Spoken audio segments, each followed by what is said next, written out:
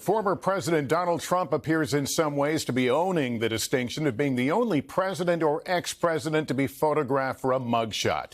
The Trump campaign today fundraising off the historic jailhouse photo that overnight became the icon for a period unlike anything this country has seen. Mr. Trump and 18 co-defendants in the Georgia election case all now arrested and booked ahead of today's noon deadline. For the former and potentially future president, his fourth arrest since the spring, leaving him to face a combined 91 criminal counts. Mr. Trump still facing arraignment in Georgia next month, where he will face a judge and enter a plea on charges of being part of a conspiracy that used unlawful means to try to overturn his 2020 election loss there. Blaine Alexander reports tonight from Atlanta.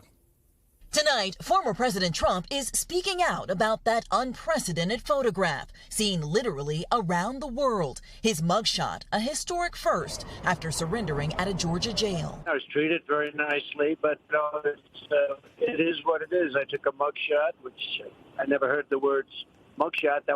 Didn't teach me that at the Wharton School of Finance. Mr. Trump spent less than 20 minutes inside the Fulton County Jail, where he was booked. His information already pre-submitted: height, weight, and hair color, strawberry blonde. He was then released on a $200,000 bond, afterward saying he's only being charged because he's the Republican frontrunner. I did nothing wrong. What they're doing is election interference. With the deadline of noon today now passed, all 19 defendants have officially surrendered in Georgia. They are accused of running a criminal enterprise to try and overturn the state's 2020 presidential election results. Today, the first court appearance in the case. Harrison Floyd was denied bond, appearing by video from jail. There's no way that I'm a flavor. Meanwhile, President Biden had this reaction to his predecessor's mugshot. Handsome guy. Wonderful guy. Trump's Republican rivals are weighing in too. I mean, the idea that we're seeing a mugshot of a 77-year-old former president, I mean, how did we get to this point? I think it is a shame that our nation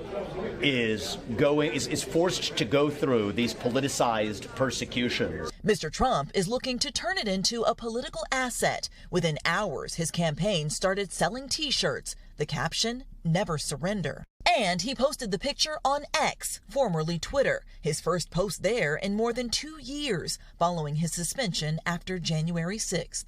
So, Blaine, when could we see Mr. Trump go before a judge for the actual arraignment? Well, Lester, the DA has requested arraignments for the week of September 5th after Labor Day, but a judge has not yet signed off on that request. And meanwhile, of course, it's always possible that the former president could appear virtually or waive his appearance altogether. Thanks for watching our YouTube channel. Follow today's top stories and breaking news by downloading the NBC News app.